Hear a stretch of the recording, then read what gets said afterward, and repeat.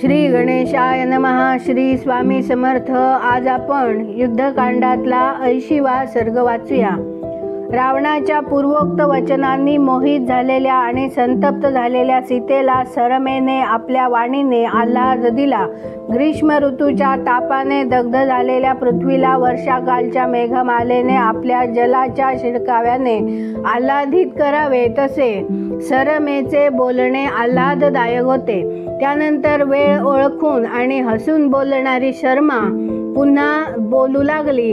तिचे बोलणे आपल्या प्रिय सखीचे हित करण्याची इच्छा बाळगून आणि वेळेला अनुसरून केलेले होते. ती म्हणाली, कृष्णवर्णी डोळ्यांच्या सखी, मी श्रीरामांपाशी जाऊन तुझा संदेश आणि कुशल समाचार सांगेन आणि पुन्हा लपत छपत तिथून परतून येईन. इतकं धाडस आणि उत्साह माझ्या अंगी आहे. निराधार आकाशात तीव्र वेगानं जात असलेल्या माझ्या गतीची बरोबरी करायला गरुड आणि वायू देखील समर्थ ठरणार नाही. अशा प्रकारे बोलणाऱ्या सरमेला शोकाकुल असलेल्या सीतेने थांबविले आणि आपल्या स्नेहपूर्ण मधुर आवाजात ती तिला म्हणाली, सरमे, तू आकाश आणि पाताळ सगळीकडे जायला समर्थ आहेस. माझ्यासाठी हे कर्तव्य तुला पार पाडायचं आहे ते मी आता सांगते. नीट ऐक आणि समजून घे.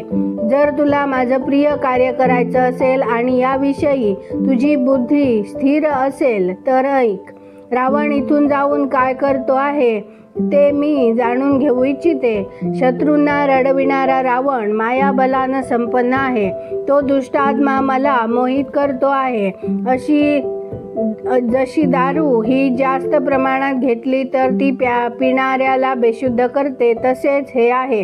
तो राक्षस अत्यंत भयानक राक्षसांकरवी प्रतिदिनी मला धाक दपटशा दाखवितो, धमक्या देतो आणि मला कैदेत डांबून ठेवतो.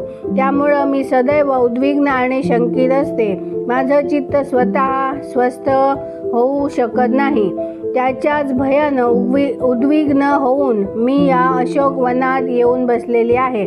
जर मंत्र्यांसह तो खलबत करीत असला तर इथं जे काही निर्णय झाले असतील किंवा रावणानं जे काही ठरविलं असेल ते सारं मला सांगत जा.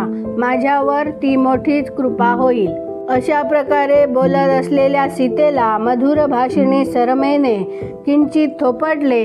तिचे अश्रूंनी भिजलेले मुखमंडल आपल्या हातांनी पुसले आणि ती म्हणाली, मिथिलेश कुमारी जनकनंदिनी, जर तुझी इच्छा असेल तर मी अशीच जाते आणि शत्रूचे इरादे जाणून घेऊन लगेच परत येते. असे म्हणून सरमा निघाली. तिने त्या राक्षसांजवळ जाऊन मंत्र्यांसह रावणाची चाललेली खलबते ऐकली. त्या दुरात्म्याचे निश्चय तिने ऐकून समजून घेतले आणि मग त्वरेने ती सुंदर अशोक वाटिकेत परत आली. तिथे प्रवेश केल्यावर तिला आपलीच प्रतीक्षा करीत असलेली जनक किशोरी दिसली. ती त्या लक्ष्मीसारखी दिसत होती जिच्या हातातले कमळ कोठेतरी पडून गेले होते. परतून आलेल्या प्रियभाषिणी सरमेला मोठ्या प्रेमाने आलिंगन देऊन सीतेने स्वतः तिला बसायला आसन दिले आणि ती म्हणाली, सखी, इथं सुखानं बसून सर्व काही विस्तारानं सांग. त्या क्रूर दुरात्म्या रावणानं पुढं काय करायचं ठरविलं आहे. थरथर कापणाऱ्या सीतेनं असे विचारल्यावर सरमेने रावणाने मंत्र्यांशी केलेले हितगुज सांगितले. ती म्हणाली, विदेहनंदिनी, राक्षसराज रावणाच्या मातेनं आणि रावणाविषयी अतिशय ममता असलेल्या एका वृद्ध मंत्र्यानं रावणाला पुष्कळ समजाविलं, तुला सोडून देण्याविषयी विनविलं. ते म्हणाले, राक्षसराज, तू महाराज श्रीरामांना सत्कारपूर्वक त्यांची पत्नी सीता परत कर. जनस्थानी जी अद्भुत घटना घडली होती तीच श्रीरामांचा पराक्रम समजावण्यासाठी पुरेसं उदाहरण आहे. त्यांच्या सेवकातही अद्भुत शक्ती आहे. हनुमानानं समुद्र पार केला, सीतेची भेट घेतली आणि युद्धात खूपशा राक्षसांचा वध केला. हे सारं दुसरा कोणता प्राणी बरं करू शकेल. अशा प्रकारे वृद्ध मंत्र्यांनी आणि मातेनं पुष्कळ समजाविल्यावर देखील त्याची तुला सोडण्याची इच्छा नाही. ज्याप्रमाणे लोभी माणूस धनाचा त्याग करू इच्छित नाही, त्याचप्रमाणे तो तुला सोडू इच्छित नाही. मिथिलेश कुमारी, तो युद्धात मेल्याशिवाय तुला सोडण्याचं साहस करणार नाही. मंत्र्यांसह त्या नृशंस राक्षसानं हाच निर्णय केलेला आहे. रावणाच्या डोक्यावर काळ नाचतो आहे, म्हणून त्याच्या मनात मृत्यूविषयी लोभ निर्माण झालेला आहे. हेच कारण आहे की ज्यामुळं तुला परत न करण्याच्या निश्चयावर त्याची बुद्धी स्थिर झाली आहे. तो जोपर्यंत युद्धात राक्षसांचा संहार आणि स्वतःचा वध होऊन नष्ट होत नाही, तोपर्यंत केवळ भय दाखविण्यात तो तुला सोडणार नाही. कृष्णवर्णी नेत्रांच्या सीते याचा परिणाम हाच होईल की भगवान श्रीराम आपल्या सर्वथैव तीक्ष्ण बाणांनी युद्धात रावणाचा वध करूनच तुला अयोध्येला घेऊन जातील. त्याच वेळी भूकंप निर्माण करणारा असा समस्त सैनिकांचा महान कोलाहल ऐकू आला. त्यात भेरी आणि शंखध्वनी मिसळला होता. वानर सैनिकांचा तो भीषण सिंहनाद ऐकून लंकेत राहणाऱ्या राक्षसराज रावणाच्या सैनिकांचे ओझ नाहीसे झाले. त्यांच्या साऱ्या हालचाली दीनवाण्या झाल्या. रावणाच्या दोषामुळे त्यांचीही कल्याणाची काही उपाय आता राहिला नव्हता. शत्रुनगरीवर विजय मिळवणाऱ्या महाबाहू श्रीरामांनी शंखध्वनीत मिसळलेल्या तुमुलनाद करणाऱ्या भेरींच्या आवाजासह लंकेवर आक्रमण केले.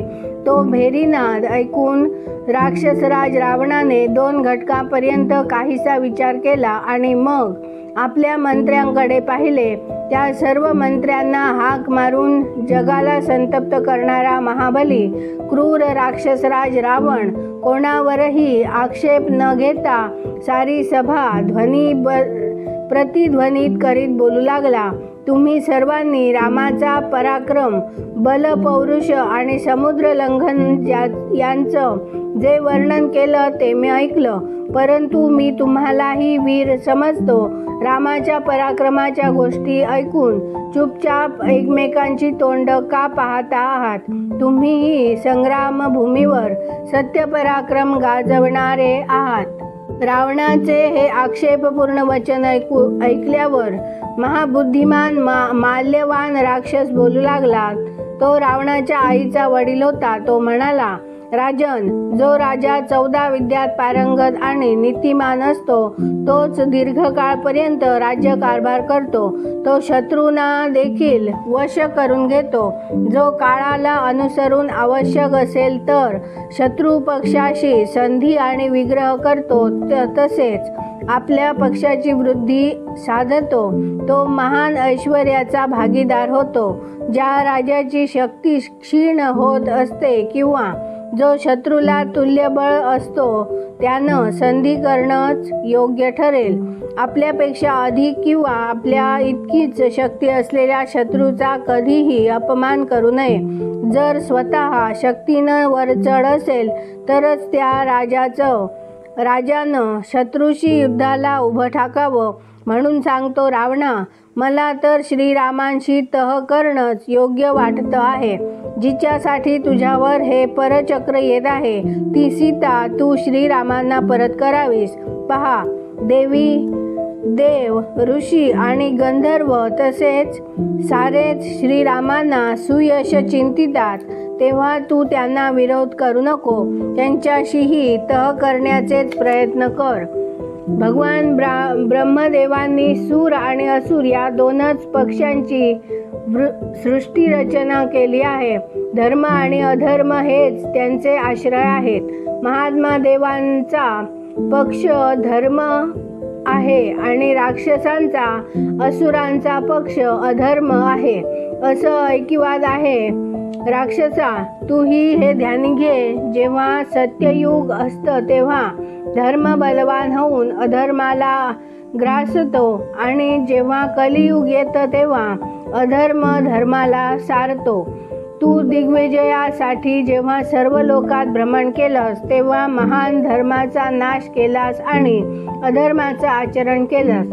त्यामुळे आपला शत्रू आपल्यापेक्षा प्रबळ आहे.